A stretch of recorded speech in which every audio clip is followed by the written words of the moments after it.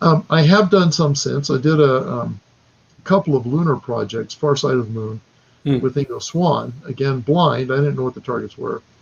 Produced some really fairly interesting data, including indicating there are weird things on the far side of the moon, including one of my perceptions, and I'll give you a caveat here in a minute, but one of my perceptions was of a kind of a sentient spacecraft that was like part biological, part whatever.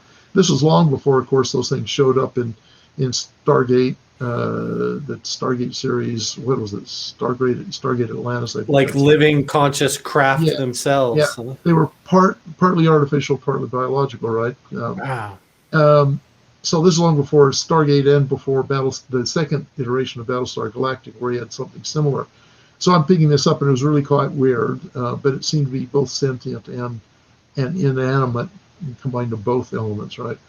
So, I mean, that's just kind of a real brief example. Most of what I got was not necessarily exceptional, but it did indicate underground activity on the far side of the moon, like a base-like kind of an environment.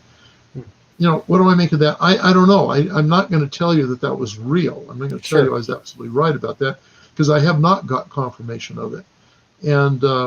And I do know that remote viewing sometimes doesn't work, and sometimes fantasy gets built in and whatever. But my data actually overlapped with Ingo's data and with another guy's data.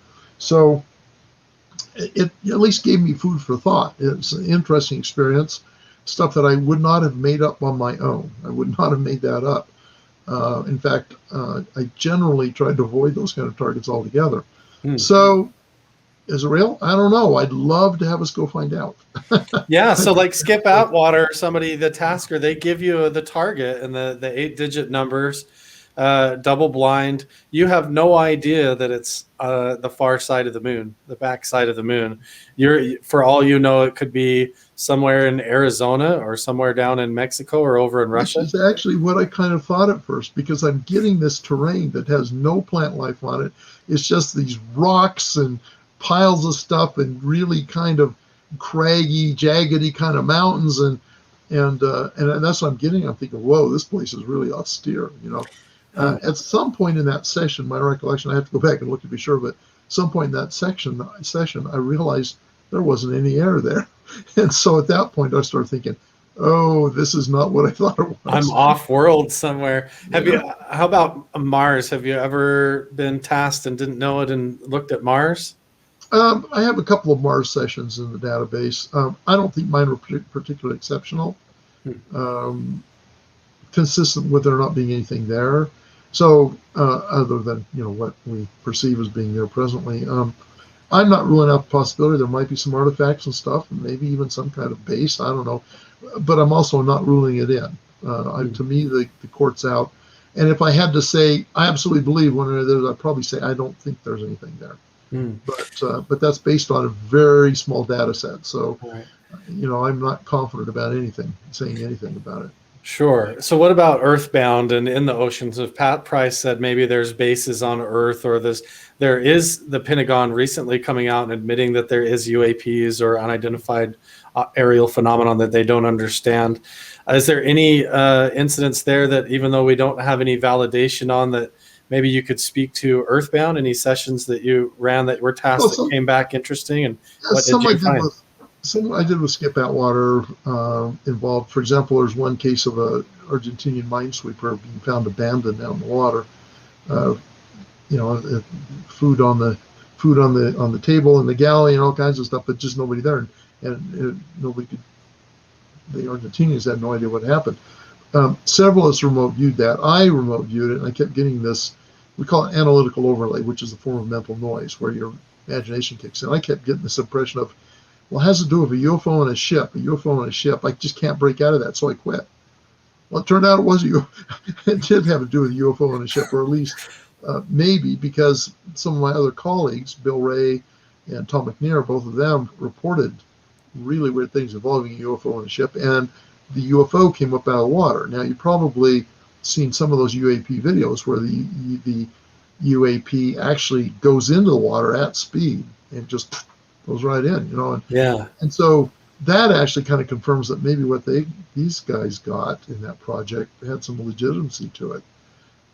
So anyway, so there was you a know, whole missing crew on a ship, and yes, what the remote viewers, a few of them saw, was a UFO come up out of the ocean and scare the crew, and they ran off right. into the ocean or tried to escape and just abandoned Something their happened. One of them something had them strange like that. jumping off the ship. One of them had them jumping off the ship. Another one had them. I don't think it got to the point of what happened to them exactly, but yeah, there was a bunch of that. Now I'm trying to think. Um, I wrote that up once for UFO magazine, which I don't think exists anymore, so I probably can't get the back issue. But yeah, so I mean, there's strange things out there. I've come to actually believe the UAP phenomenon is real, and that they are not from here. What not from here means, right now I'm defaulting to extraterrestrial, from probably outside of certainly outside of our solar system. Um, and of course, there's lots of pushback on that. Well, why would they be here in the first place? Well, what about the velocity of light limitation, et cetera, et cetera? As far as I'm concerned, none of those are good arguments, because we assume that our science at the current state is all there is to know about science, and we know for a fact there isn't.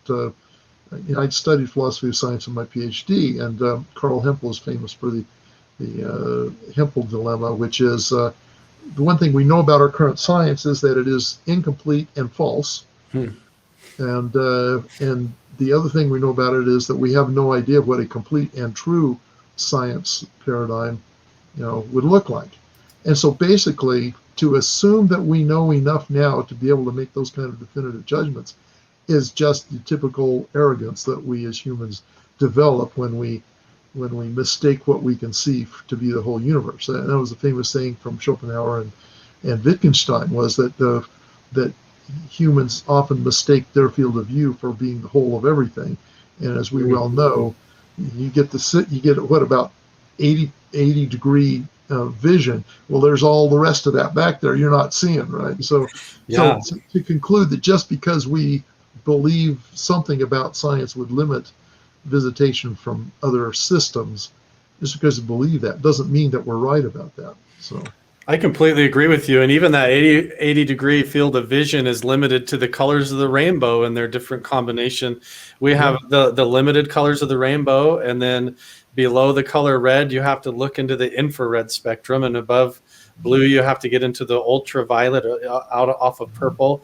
And just because we're on that dial on the radio or that particular frequency for our physical reality does not mean that there doesn't exist entire dimensions of reality outside that, in the static or off of our rainbow into those other spectrums or other dimensions of reality. And they bring up a good point over in the comments. Are you able to, or have you ever in a remote viewing experience seemed to interact with or encountered another dimensional being or a higher dimensional being, maybe described something to do with the afterlife, maybe, or anything like that? The easy answer there is no.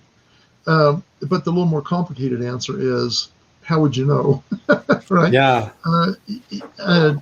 The fact is, I haven't really encountered or interacted with anything out there, with an exception. I talked about that sentient spaceship. I did have the feeling that it was perceiving me at the same time I perceived it. Right? Now, was that real? I don't know. It was certainly interesting, and it was certainly something I didn't expect to experience. And so that right there at least makes me not reject it right out of hand. I may or may not have. But other than that, I've not had an experience where I interacted with any kind of an entity in a remote viewing space. Could it happen? Maybe. Do people report it? Yes. Are they telling the truth? They think they are, right? Did it really happen? I don't know, and neither do they.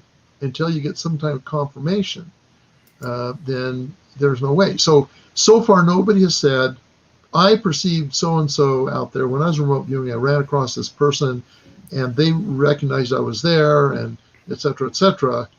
The confirmation for that would be to go out, find that person, and have them report a similar experience at the same time.